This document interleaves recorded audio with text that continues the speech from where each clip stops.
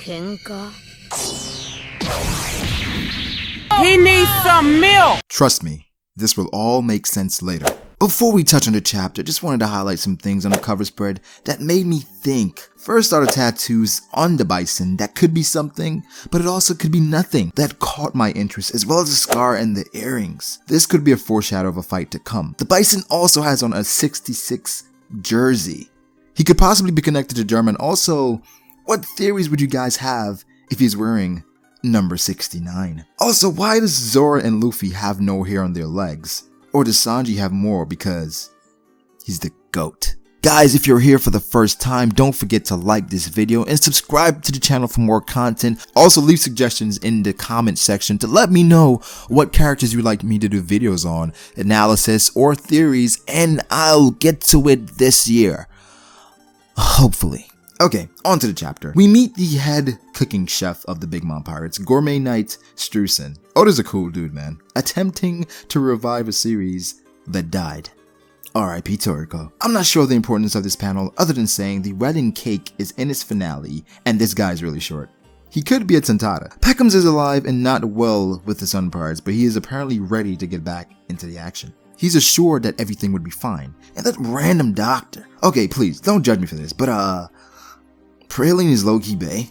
She's a big woman too. Aladdin is a lucky man. However, as important as that information was, there was something slightly more important in this chapter, and that was the mention of the cargo being moved throughout the night. Now we discussed this, and with this we had two separate theories. Let me first give you guys my theory. My interpretation was that they were getting all of their things ready so that when everything went to shit, they'll be ready to leave with no issues. Farouk's take was that they were already importing weapons to help Capone. The rebuttal for that would be Jimbo has been betraying Luffy this whole time because he's already partnered with Capone. We do see Capone's hideout, that's in plain view by the way, and Vito is still fanboying. Capone in true gangsta fashion makes everyone take a bath, and we are blessed with some fairy peace greatness. Chopper cute as fuck. The boobage aside, the dialogue in this chapter is probably just as important, if not more, than Praline being bae. They state that the person that Lola was going to be married to was low-key the Prince of Elbaf. This confirmed a bunch of theories and made the most sense based on what it would take to overcome another Yonko. Unless Oda is a hype beast, Elbaf is proclaimed the strongest country in the world, and Lola literally fucked it all up for Big Mom. And now Chiffon gets beaten for it. What doesn't get mentioned here is the initial reason for Big Mom's feud with the Giants. What is it? What did Big Mom do to piss off the Giants? Well, how the fuck did they find out it was not Lola? Does Chiffon shave and Lola doesn't? Too soon? Chiffon was not a part of the bath, by the way. They state that Lola ran away, but doesn't touch on whether or not Big Mom tried to capture her and failed. Karadanami in a bath. You're welcome. Luffy throughout the arc had been annoying, but has been unbelievably mature the past 2 or 3 chapters. He tells Brook to tighten up due to some real stuff coming up because Brook, in typical Brook fashion, was getting lax. On Luffy's behalf, that's showing leadership and the awareness of the situation. GG Luffy.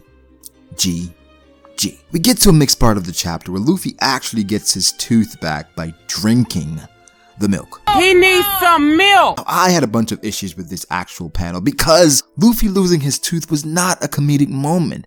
This was an important moment with the Straw Hats, and I felt that that would be representative of Luffy willing to risk, I guess, his tooth for his crew. In the grand scheme of things, that's not much, but still, I guess I expected Luffy to get his tooth back soon, but I didn't expect it in this way. Granted, it was funny, but also enabled the loss of the tooth to literally mean nothing when I imagined it to be an ongoing thing due to this being Luffy's sacrifice to save Sanji. Not a big thing, but now we can stop talking about his tooth. I guess that's what Oda was going for. Pez, where's your beard? And Diesel and Brule. Man up, bro. Man up. The amazing spread with all of these pirates. And my eyes followed the Caesar lookalike from last chapter. I was like, who is that dude? Initially I thought it was Caesar, then the chat started to sway me, and then I looked at it again and I was like, more than likely it's Caesar than not. Before that guy though, Capone states that he should off the Straw Hats, but Sanji with the clap back saying you can't boy. Jimbo, which is the honorary Straw Hat, asks Luffy, what does his instinct tell him as opposed to what do you feel? And this shows that Jimbo, His experience would play a huge role in Luffy's development as a pirate and more so as a character. We've seen it time and time again where Jimbo is the one that's calming Luffy down and explaining the situation in a way where he can understand and make a sound Luffy decision. The best moment of the chapter next to Praline is Luffy calling out Caesar. Caesar has flashbacks and then deny actually being Caesar. In the flashback, Capone apparently specifically came for Caesar, so his plan may involve poison and gas in some way. Oh, Caesar's also terrified of Straw Hats. Back like we never left, and today guys, I'm going to bring you my top 5 characters in One Piece. Now, I have a bunch of characters that I enjoy, a bunch of characters that I like, but these characters are the ones that really take the cake for me based on the development and everything they have shown throughout the entirety of One Piece. So number 5, I have Gangster Gastino.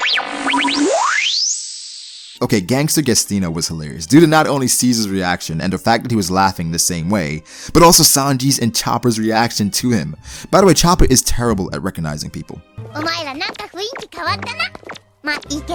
Never forget. Now Luffy doubts himself the one time he's correct at recognizing someone, and then he questions Caesar's involvement once they say, yo, that is actually Caesar. I see Caesar possibly being intertwined in some way, at least until post-Wano. He's way too important, especially with his abilities. Caesar also hates Law. I'm not particularly sure why, though.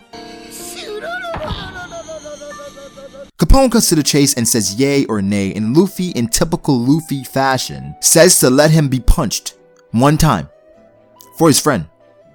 Peckham's. Wait, how long has he known Peckham's?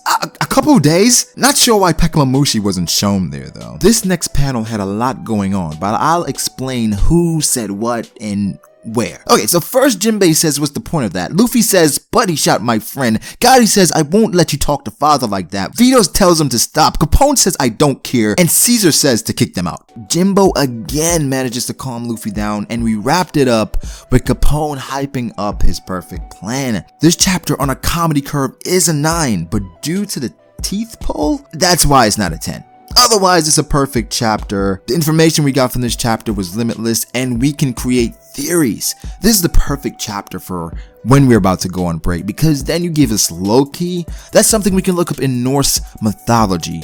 Actually, that's what I'm gonna do right after uploading this video. But anyway guys, let me know what you thought about the chapter, and of course drop a like and subscribe for more OP content.